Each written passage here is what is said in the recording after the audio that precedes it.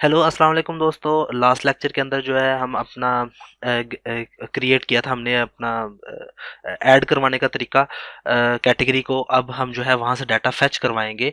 तो उसके लिए सबसे पहले तो मैं अपना जो टेबल हमने क्रिएट किया हुआ था यहाँ पर आता हूँ और जितने भी टीआर के टैग्स हैं उनको मैं जो एक टीआर के अलावा बाकी तमाम टीआर के जो टैग्स हैं वो मैं डिलीट कर दूंगा, क्योंकि मुझे सिर्फ एक को ही रिपीट करवाना होता है, बार बार बाकियों को मुझे रिपीट नहीं करवाना होता। सेव कर लेता हूँ और अपने ब्राउज़र में आके एक दफ़ा इसको चेक कर लेते हैं कि किस तरीके से हमारे पास ये शो हो रहा है। इस तरीके से ये हमारे पास शो होगा। अब यहाँ पर सबसे पहले तो मैं इस टेबल के शुरू में ही पीएचपी का टैग ओपन करता हूँ, सॉरी पीएचपी, और यहाँ पर एक क्यूरी ओपन करता हूँ, get query my SQL, sorry sorry sorry sorry sorry यहाँ पर आकर क्यूरी चलाएंगे पहले। सेलेक्ट ऑल फ्रॉम कैटेगरीज और ऑर्डर बाय आईडी डिसेंडिंग दे दूंगा, और इसके बाद यहाँ पर डॉलर गेट रन चलाते हैं और माई एसक्यूएल क्यूरी में मैं इस क्यूरी का नाम दे दूंगा, लेकिन पहले कनेक्शन का variable and then get query. और सॉरी इसके बाद जो है मैं यहाँ पे इफ स्टेटमेंट स्टार्ट करूंगा। यहाँ पे चेक करूंगा if my SQL I num rows dollar get run अगर ग्रेटर देन है 0 से तो ये चलाओ। एल्स में लिख दूंगा इको कर दो, सॉरी सेंटर के टैग के अंदर एक और टैग h3 का, नो कैटेगरीज फाउंड। ठीक है, सेव कर लेते हैं और ये जो एरिया है मैं इस टेबल के एंड पे जाके इसको पेस्ट कर दूंगा। यहाँ पर आकर ये जो टेबल है, टेबल जहाँ पे क्लोज हो रहा है टेबल का टैग, इसके नीचे आकर ये पीएचपी का कोड जो है वो पेस्ट कर दूंगा। सेव कर लेते हैं इसको। इधर आकर एक दफ़ा रिफ्रेश कर लेते हैं, कोई एरर तो नहीं आ रहा, हमारे पास एरर नहीं आ रहा। अब यहाँ पर जो टीआर है इससे पहले रहते हुए भी एक पीएचपी का टैग ओपन करता हूँ जिसके अंदर मैं वाइल का लूप स्टार्ट करूंगा, और इसके अंदर मैं शुरू करता हूँ डॉलर गेट रो, और जिसमें वैल्यू सेंड कर दूंगा माई एसक्यूएल आई फेच अरे की मदद से। और इस अरे के यहाँ पे फंक्शन के अंदर मैं गेट रन का नाम दे दूंगा, और यहाँ पर मैंने ये इस वैल्यू के अंदर जो इस दो करली ब्रेसेस हैं इसके अंदर आकर मैं वैल्यूज क्रिएट करूंगा कैटेगरी आईडी के नाम से, और जिसमें मैं डॉलर गेट रो की मदद से वैल्यू लेकर आया हूँ डेटाबेस के अंदर से, और इसमें आ जाएगी सिर्फ आईडी, और यहाँ से इसको कॉपी करके पेस्ट, और यहाँ पर कैटेगरी, और यहाँ पे मैं लिख देता हूँ कैटेगरी नेम।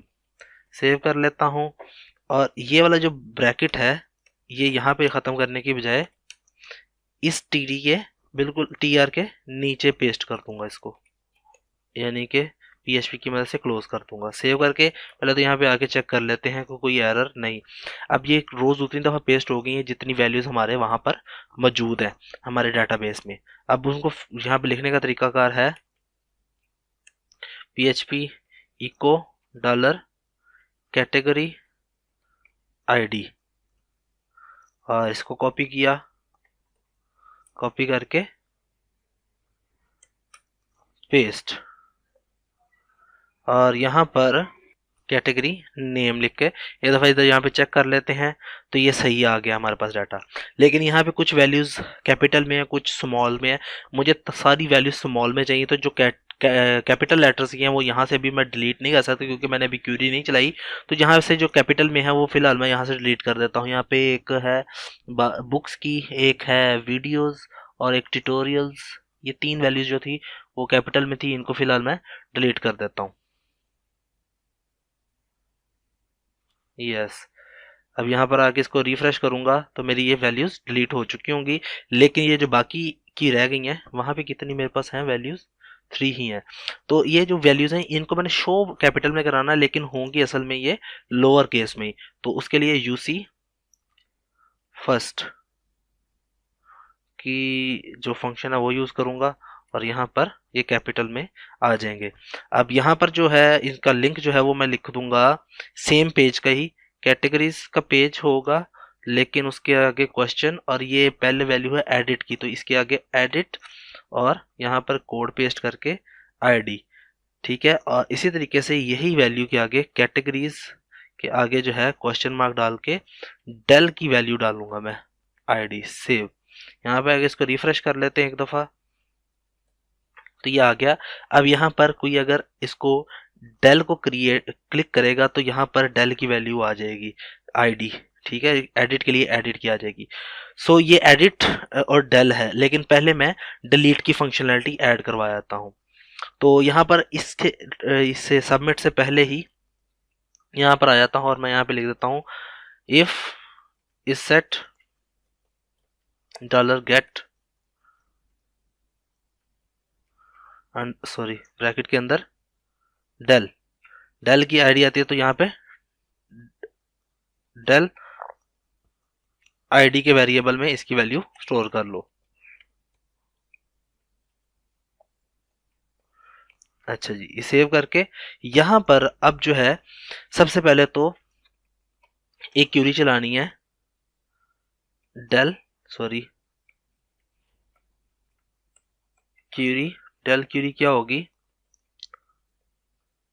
डिलीट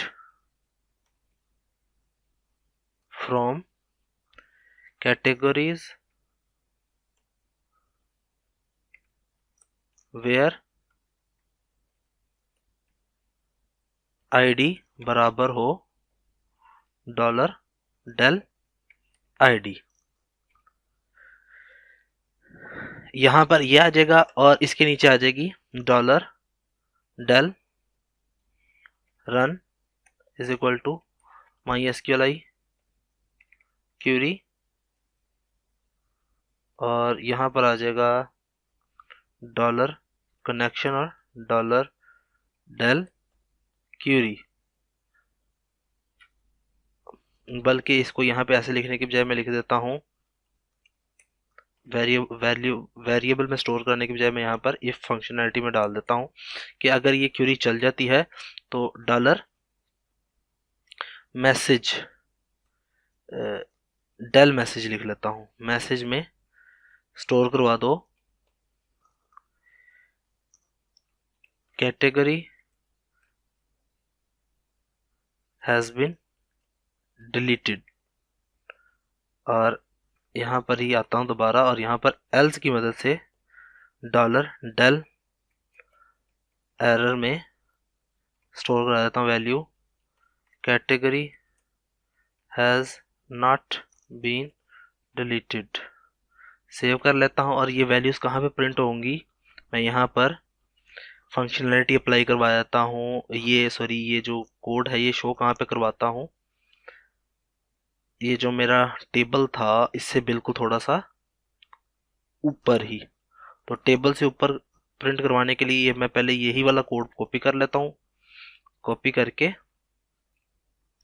और ये टेबल से ऊपर ही रहते हुए, हाँ यहाँ पर ही जो ये इफ स्टेटमेंट है इसी के अंदर ही मैं कोड भी पेस्ट करवा देता हूँ ये वाला। और यहाँ पर जो कोड पेस्ट करवाया है इसमें डॉलर मैसेज की जगह पर अब डेल मैसेज सॉरी और शो भी डेल मैसेज होगा, और यहाँ पर डेल एरर और यहाँ पे भी डेल एरर। सेव करके मैं ब्राउज़र में एक दफ़ा चेक कर लेते हैं। पहले तो इसको ऊपर जो हमारी आ रही है वैल्यूज को ख़त्म करके यहाँ पे अगर डिलीट का बटन दबाता हूँ तो ये डिलीट हो गया और कैटेगरी हैज़ बिन डिलीटेड। दूसरी भी कैटेगरी डिलीट कर सकते हैं, तीसरी भी, सारी कैटेगरीज डिलीट कर दूंगा। अगर सारी कैटेगरीज डिलीट कर दूंगा, यहाँ पे अगर नो कैटेगरीज फाउंड, यहाँ पे क्रिएट कर सकता हूँ मैं अगेन से बाबर जुहेब। अच्छा, यहाँ पे जो है ये डेल का मैसेज आ रहा है, इस वजह से वो कैटेगरी भी शो हो रही है। सो इसके बाद मैं यहाँ पर एक और जुहेब, अली और अगेन उमर, ये सारा कुछ यहाँ पर शो, ये सारी कैटेगरीज जो है यहाँ पर ऑटोमेटिकली शो होंगी और डिलीट करने से डिलीट भी हो जाएंगी। तो ये हमारी फंक्शनैलिटी ऐड होगी। लेकिन अब इसमें एक छोटा सा मसला ये है कि जब कोई ऑथर आएगा इस पेज के ऊपर, अव्वल तो ऑथर आ नहीं सकता, लेकिन अगर वो क्यूरी लिख के सेंड कर देगा ना यहाँ पर हमारी एड्रेस बार के अंदर भी, तब भी ये रन हो जाएगी। बेशक हमने उसको रीडायरेक्ट किया हुआ है इंडेक्स पेज पे ही, लेकिन वो फिर भी यहाँ पे क्यूरी लिखकर हमारी डिलीट की क्यूरी जो है वो रन करवा सकता है। तो मैं यहाँ पर आकर यहाँ पर ये जो क्यूरी चली हुई है इसको कट कर लेता हूँ और यहाँ पे लिख देता हूँ इफ डॉलर अंडरस्कोर सेशन में जो रोल है वो अगर बराबर हो एडमिन के, तभी ये क्यूरी चलाना, अदरवाइज ये क्यूरी ना चले।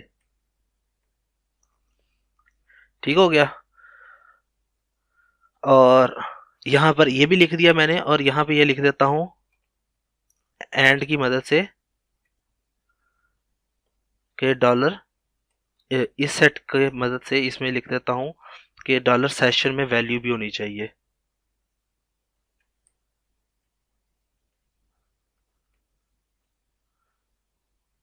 यूजर नेम में वैल्यू भी होनी चाहिए। ठीक है, ये अब देखते हैं यहाँ पर आके, मैं एडमिन हूँ, एज ए एडमिन मैं इसको डिलीट कर सकता हूँ। डिलीट हो रही है, ठीक है, ये वाली 13 वाली भी डिलीट हो जाएगी।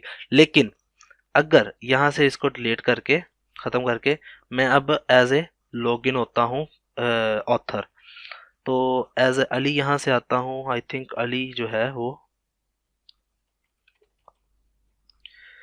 मेरा ऑथर है, तो अली की मदद से आता हूँ और यहाँ पर आके कैटेगरीज में पहले जाता हूँ, तो मैं रीडायरेक्ट ही नहीं होऊंगा। लेकिन अगर मैं यहाँ पे पेज का लिंक लिखकर categories dot P H P और यहाँ पर डेल की मदद से 12 या 13 मेरे पास है थी, मैं लिख के सेंड भी करूँगा, तो यहाँ से कैटेगरीज जो हैं वो डिलीट नहीं होंगी। यहाँ पे आपको मैं दिखा देता हूँ कि अच्छा 13 है ही नहीं, 12 भी अगर लिख के सेंड करूँगा तो फिर भी कैटेगरी जो है वो मेरी डिलीट नहीं होगी। तो यहाँ पे मैं कैटेगरीज के पेज पर आकर डेल की वजह से 12 लिख के भी सेंड करूंगा तो मेरी कैटेगरी यहाँ से डिलीट नहीं होगी, ये वैसे की वैसी है। अगर मैं वो फंक्शन नहीं ऐड करता तो कोई भी ऑथर यहाँ पे कैटेगरी में डेल लिखकर तो डिलीट कर सकता था। तो ये हमने थोड़ी सी इसके अंदर रिस्ट्रिक्शन भी ऐड करवा दी और अपना डेल की क्यूरी भी चला ली। तो अगले लेक्चर में जो है हम एडिट करना देखेंगे कि हम किस तरीके से उसको एडिट कर सकते हैं। सो नेक्स्ट क्लास में मुलाकात होती है, तब तक के लिए मुझे इजाज़त दें। अल्लाह हाफिज़।